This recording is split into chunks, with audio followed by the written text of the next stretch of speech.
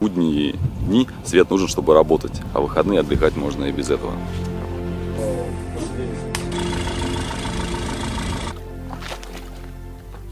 Это такая столица нескольких деревень. Сибирцев, которые здесь проехали на машинах, на легковых.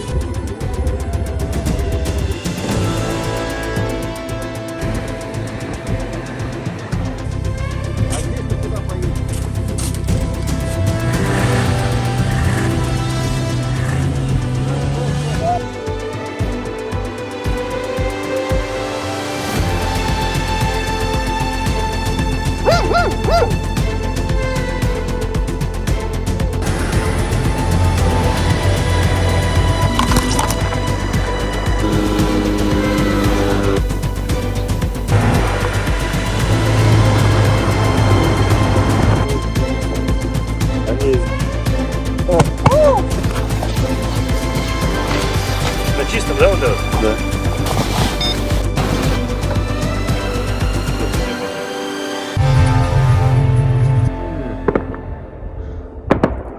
Все получилось. Далеко не холодно и голодно.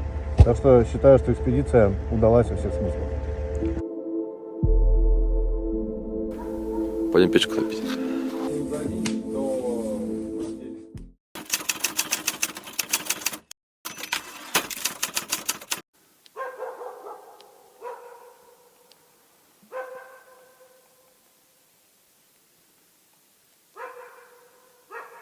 Это основной кордон заказника, то есть где постоянно живет сотрудник.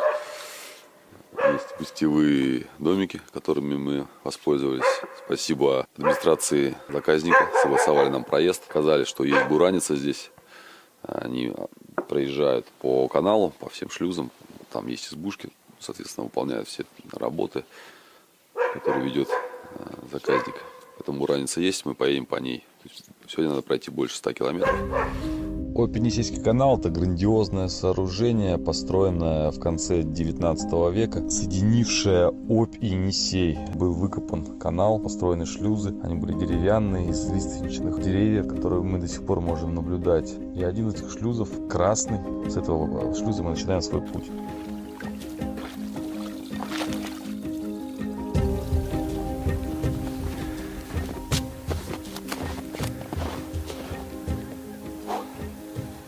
Вот мы находимся на канале. Как вы здесь оказались? Вчера мы ехали весь день и добрались практически до вот этого места на машине. То есть они стоят здесь вот 300 метров на той стороне. Дальше мы едем на снегоходах. Весь путь покажем, все шлюзы, все заимки. Знаменитое кладбище, где похоронены строители канала. Уникальное место, одно из самых, наверное, популярных, известных в Томской области. То есть его знают во всей России.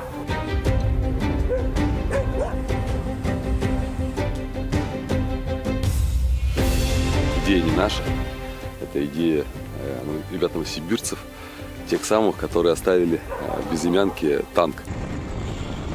Танк плавающий, РП-72, что ли.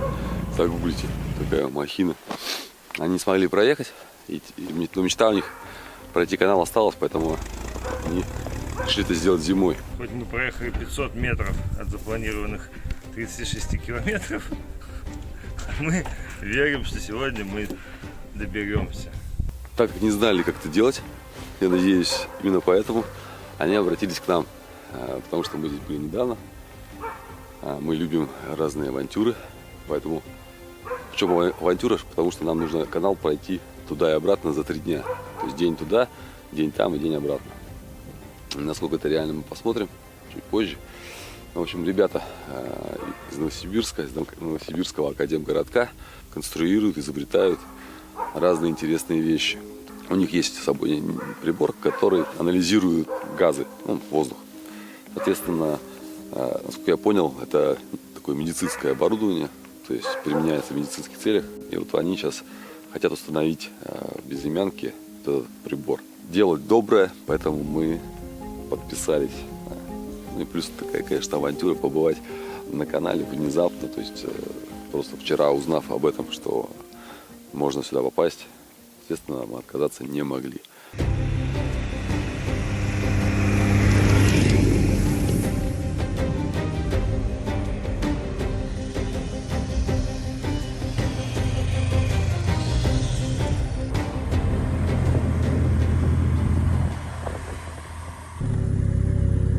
Соль. Вот подходил лось, соль поел и пошел дальше. Вот он стоит. Вон там кусок соли вырублен. Это все следы, вот это лоси все ходят. А вот здесь они лежат, вот они, лёжки их, остаются. То есть вот так ведется работа в заказнике егерская. То есть они устраивают солонцы, чтобы лоси приходили здесь, могли пополнить свой недостаток минералов. И вот здесь у них лёжки. Много. Свежих нету, но тем не менее. Много.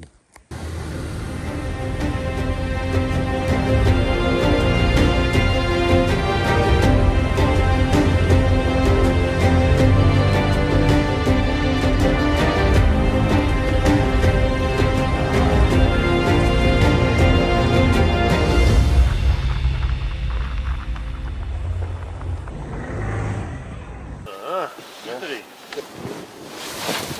65 сантиметров снега, сказал он. А вот, смотрите. Первый лоцман Опенисейского водного пути Порфирий Ципиряев.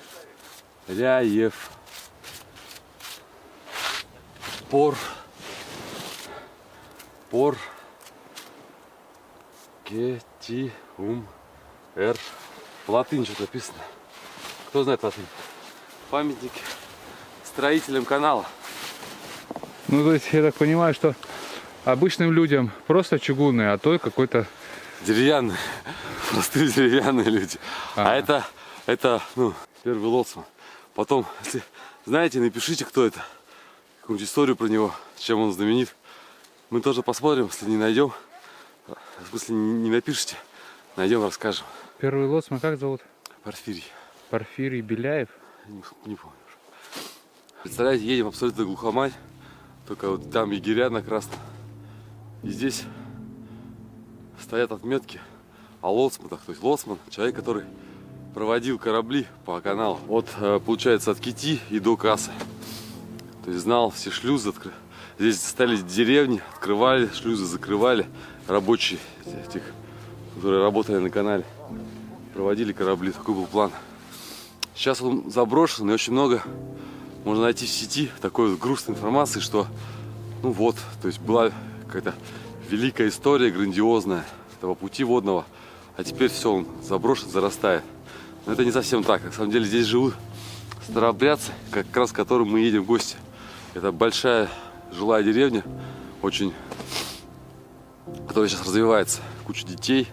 Они ходят по каналу летом в Кеть, в гости в Айдару.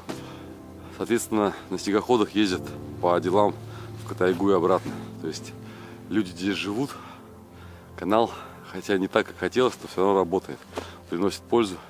И сейчас мы как раз едем с той же целью, чтобы как-то помочь людям, которые живут достаточно в изолированном таком состоянии.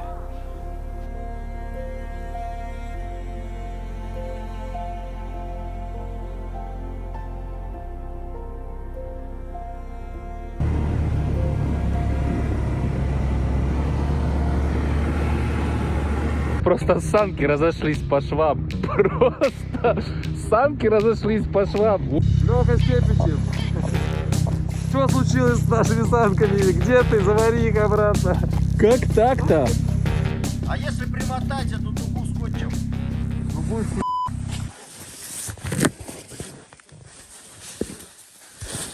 Сломали нарты, разогнулась дуга. Ну вот видно остатки. Оставили, на обратном пути маленько подсмотаем и пустые увезем. сейчас оставляем, перегрузили все на снегоходы и едем. Мы, кстати, речку еще будем пересекать.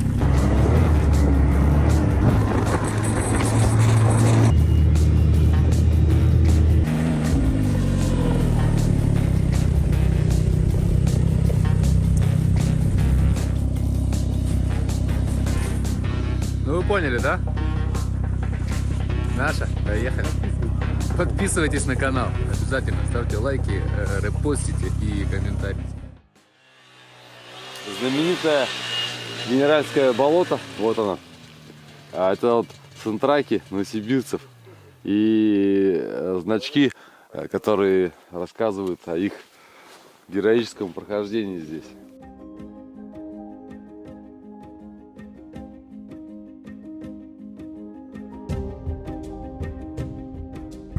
Наши товарищи задержались. Видимо, что-то пошло не так.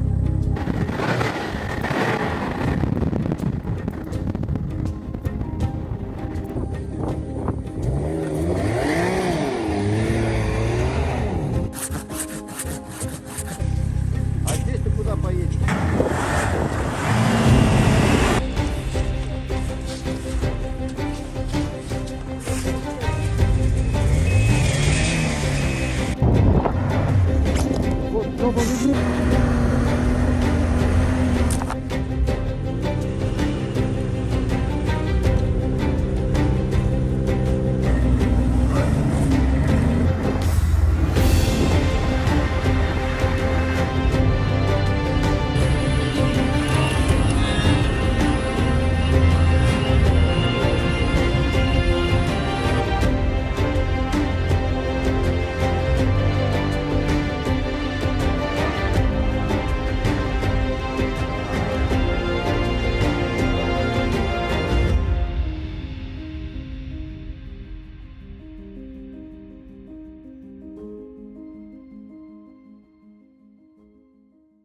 И вот он вот здесь едет, и он берет этой саблей так вот, делает затеску вот здесь вот. И потом делает вторую затеску, получается, оттесывает кусок древесины. И ее так заворачивает. Она вот так вот встает и потом врастает. Это вот и венки так делают. То есть, и чем она хороша, она, в отличие от обычной. Обычная заросла, ее видно только вот когда так едешь. А это торчит. Так а зачем вообще они это делают? Дорогу тут видно. А, дорогу? То есть, а это, получается, отогнулась, ее видно даже сбоку, ты ее не пропустишь. Даже если сбоку увидишь, тут потерялся, да, например, ага, торчит отщеп. Деревья все, видишь, они прямые, и никаких сучков у них внизу нету. Сразу это все видно. Понятно. Это вот именно и венки делали. Ну, те же самые тунгусы.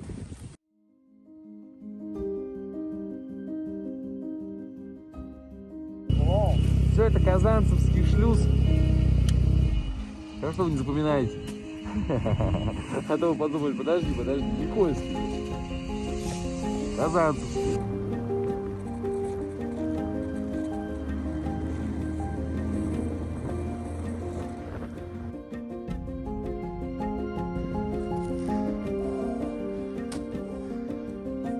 сантиметров снега, а может даже 75. Мы на Мариной гриве. Это шлюз, где, по слухам, есть братская могила 500 белогвардейцев, которые, возможно, перевозили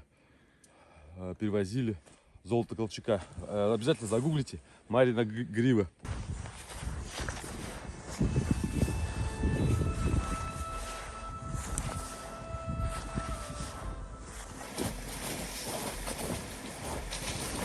Вот, смотри, тоже получается стенки шлюза. Давай еще маленько.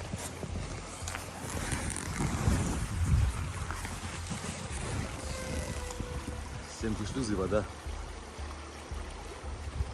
Я не знаю, кто будет на моторе проходить здесь. Обтаскивать, кто перетаскивать, либо с разгоном. Короче, весной ты хочешь, получается, снизу вверх на лодке вот сюда проходить, правильно я понимаю? Там надо, тут будет очень мощное течение, будет буруны. Это будет, наверное, интересно. Хоть в ту сторону. Погнали.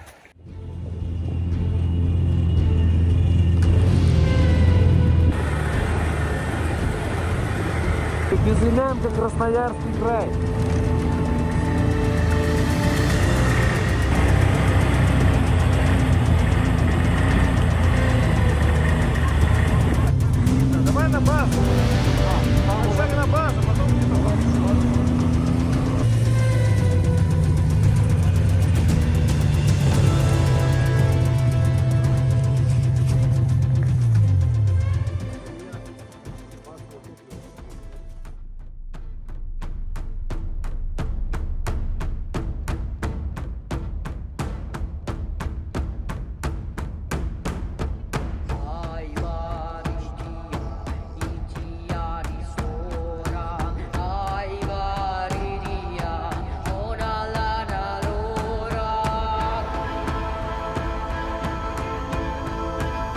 привет, мы в деревне Безымянка. Деревня стоит на речке с таким же названием Безымянка, которая впадает буквально вот несколько километров отсюда в канал Обь-Енисейский.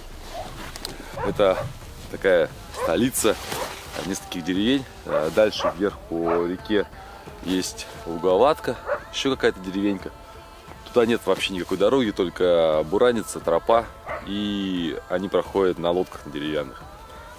Сейчас стали в последнее время делать железные, потому что здесь много корчей, деревьев, поэтому им нужен такой вездеход водный. Повезло, сегодня мы попали, сегодня в деревне проходят сразу 2 свадьбы. Мы уже увидели, как катаются молодежь на снегоходах, то есть как везде, то есть в таком предвкушении сегодняшнего вечера такого грандиозного события. Сразу 2 свадьбы в одной маленькой деревне. Невеста откуда-то с Ангары, гости приехали со всего Красноярского края. Ну, мы подъехали, может быть, тоже нам повезло попасть. Немножко как это происходит. Тут нет священника, это беспоповцы, часовенные старообрядцы, поэтому сначала в соборе, так называется место, где происходит этот обряд, наставник вместо священнослужителя проводит как бы этот обряд этого бракосочетания с помощниками вместе. После этого небольшое такое домашнее мероприятие, только самые близкие родственники вместе с брачующимися встречаются, и уже потом вечером происходит такой праздник для всех, кто в деревне гуляет, как бы, ну, как-то так. То есть еще пока не видели, видим, что просто кто-то ездит между домами. Пока что это происходит, мы этого пока не видим. Посмотрим, что будет дальше.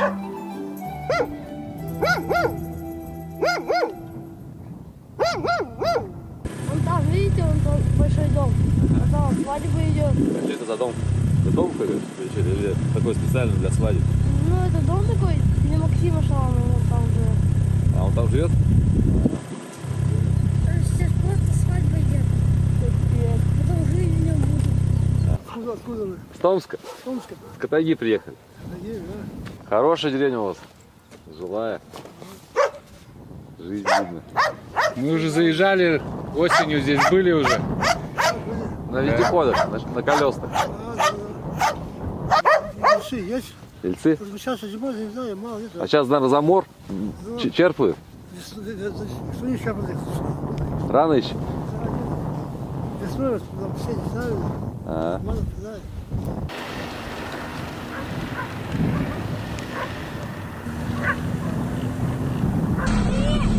Как дела? Нормально. Куда забрался на лыжах? Я? Но? Что копаешь? Ясно. Молодцы. Как вас зовут-то? Меня Кирилл. А вас? Это Сергей, меня Данил. Понятно. Меня Алексей. Приятно познакомиться. Мне тоже. Ладно, давайте, пока. А где этот магазин сейчас видите? Есть. Там вот, да? Только закрыт. А, закрыт? Не там. Вот так, видите? Петр Ильич. А в выходные больше, да, свет работы, а в будни меньше, да? Днем перерыв больше. Выходные? Потому что для работы нужен свет, а не для отдыха. А,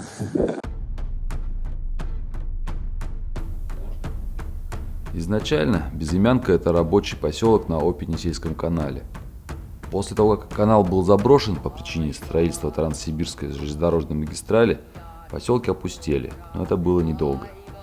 Позже их облюбовали старообрядцы, которые были вынуждены сюда переехать из Парабельского района Томской области. Случилось это в 30-е годы прошлого столетия, после того, как столыпинские переселенцы немножко потеснили старообрядцев на их землях, а позже добавился большой поток спецпереселенцев. На этих землях стали образовываться колхозы. Тогда старообрядцы поднялись и ушли по старому древнему кетскому пути на Енисей. Часть из них задержалась на канале. И вот так рабочие поселки на канале превратились в цветущие деревни часовенных старообрядцев. Местный транспорт — это снегоходы, буран с санками, огромными санками, где может вместиться сразу вся семья, человек 5-6. Классно. а летом? Мотоцикл. Ты же видел? Банда киллерных на мотоцикле. На лошадях они не ездят? Пойдем печку топить. Ну мы же тут лошадь завидели, здоровая стояла. Видимо, потихоньку ездит. Пойдем печку топить. Староверам ничто человеческое не чуждо. То есть они веселятся. Класс. К сожалению, мы хотели попасть на свадьбу, но уже эта история многократно нами обсуждалась. То есть мы не можем их снимать. Поэтому, увы, к сожалению, то есть мы пообщались, поговорили, но снимать мы не можем. Поэтому, к сожалению, вот так.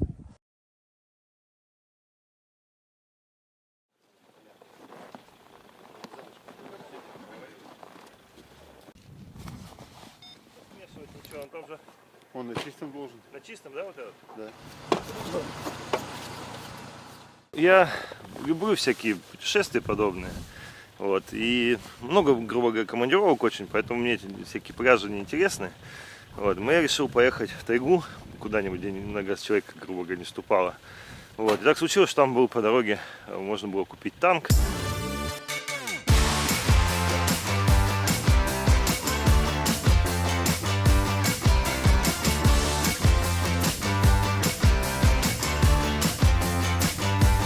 И на нем добраться до населенного пункта через несуществующую дорогу. То есть эта дорога там при царе была построена, да, для Обь-Енисейский канал, когда строили. Вот мы решили по ней проехать. Вот, взяли этот танк, соответственно, починили его там как могли, то есть он стал на ходу. Взяли ребят, механиков с Новосибирска, ну, в общем, мы поехали. Все было хорошо, но болото оказалось как бы сильнее, ну, и, в общем, мы застряли там. Вот, в итоге сюда я потом привезли этот танк, здесь оставили, потому что нового варианта не было, не бросать же его в лесу. Ну, а вот оказалось, что это деревня староверов, и люди очень отзывчивые. Вот, они его здесь вот поставили в гараже, даже починили некоторые вещи там заменили, вот, пока меня здесь не было. Самая хрупкая вещь. Я занимаюсь научными разработками, то есть мы создали газоанализатор, который по выдоху определяет заболевания на ранней стадии. Вот. Ну, значит, ну и мы вот это устройство, этот газоанализатор, так как мы его ставим практически там в разных странах, мы там 15 стран мы уже его поставили, в разных институтах, в разных там больницах где-то ставили для совместных исследований. Вот решили, что нам в деревне было бы правильно поставить, потому что люди здесь медицинской помощи не имеют. То есть, чтобы добраться до больницы ближайшей, надо брать вертолет. А это еще денег стоит, там 1 000 000 рублей государству стоит отправить больного в Енисейск на вертолете, вот у них там, вон на вертолетной площадке, вот там как раз флажок висит. Ну и мы решили, учитывая, что здесь нет другой медицинской помощи никакой, да, кроме фельдшера, значит, фельдшерский пункт решили поставить этот газоанализатор, который должен им помочь определять заболевания на ранней стадии. Не все, но какие-то для начала, да, заболевания типа пневмонии для начала. Вот мы сделали клинические испытания в Новосибирской больнице как раз перед этим, да, и вот буквально несколько дней назад, и подтвердили. То есть, и вот сейчас везем его сюда. Здесь мы будем их просить выдыхать в газоанализатор каждую неделю. И мы будем видеть, значит, некое, скажем так, газообмен человека в здоровом состоянии. И когда он у него изменится, так как они здесь практически не пьют, то есть эта деревня такая очень как бы аутентичная, она, как не знаю, похожа там на российскую деревню там 1700 какого-нибудь там 50-го года. Ведут обычный здоровый образ жизни, если что-то произойдет, реально болезнь, то это в газообмене изменится. Ну, и в 2 словах, там стоит специальный сенсор, он создает некую молнию там внутри, ну, треющий разряд так называемый. Туда попадает мой газ, и мы расщепляем этой молнией молекулы атомов на молекулы или атомы на 2 части. Потому что если, грубо говоря, алкоголик, ну, выпивает, у него газы меняются, то есть, да, или там ест какую-то ерунду. А здесь, получается, люди здоровые, то есть очень хорошие у нас совместные исследования произойдут здесь. Вот, соответственно, потом по успехам этого мероприятия мы хотим ставить в удаленных регионах России, это уже по госпрограмме, но это уже отдельная история, это годы какие-то. Таких деревень, наверное, очень мало в России, особенно таких отдаленных и многочисленных. У нас много северных регионов в России, там есть тоже какие-то поселки, очень много из них забытые, да, или там какие-то без дорог, без инфраструктуры. То есть мы пытаемся сейчас внедрить это, значит, это первый пилотный, по сути, проект у нас, внедряем их в жизнь деревни, это устройство, ну и будем стараться в максимальные сроки создать более понятный продукт, чтобы его мог применять любой деревенский житель там, в других отдаленных уголках. Покидаем Безымянку, очень гостеприимные люди, попрощались с Петром Фомичом. Кстати, интересно, по поводу того, что деревня оптимистично смотрит на жизнь. В прошлом году только в этой деревне родилось 18 детей. Все, всем пока, подписывайтесь, ставьте колокольчик, чтобы приходило сообщение о том, что вышел новый фильм. Пишите обязательно комментарии, что вы по этому поводу думаете, что вы хотите еще увидеть. Надеюсь, увидимся в YouTube. А не, блядь, в Рутубе. Мы возвращаемся в город, где в информационном шуме зачастую забываем, что действительно важно. И остается только позавидовать старообрядцам, у которых основа быта, семья и вера остаются неизменны уже несколько веков. Обратный путь занял более суток. Весь день на снегоходе, потом почти сутки по зимнику. Но это того стоило. Следующая экспедиция к староверам будет весной. Мы пойдем на наших деревянных лодках через канал. От Белого Яра по Китин на Кас, на Енисей. Мы познакомились с жителями этих мест, которые рассказали нам про лучшее для этого время. Поэтому подписывайтесь. Мы вместе узнаем, проходим ли этот старинный путь весной и как живут старообрядческие общины в сезон, когда они отрезаны от большой земли.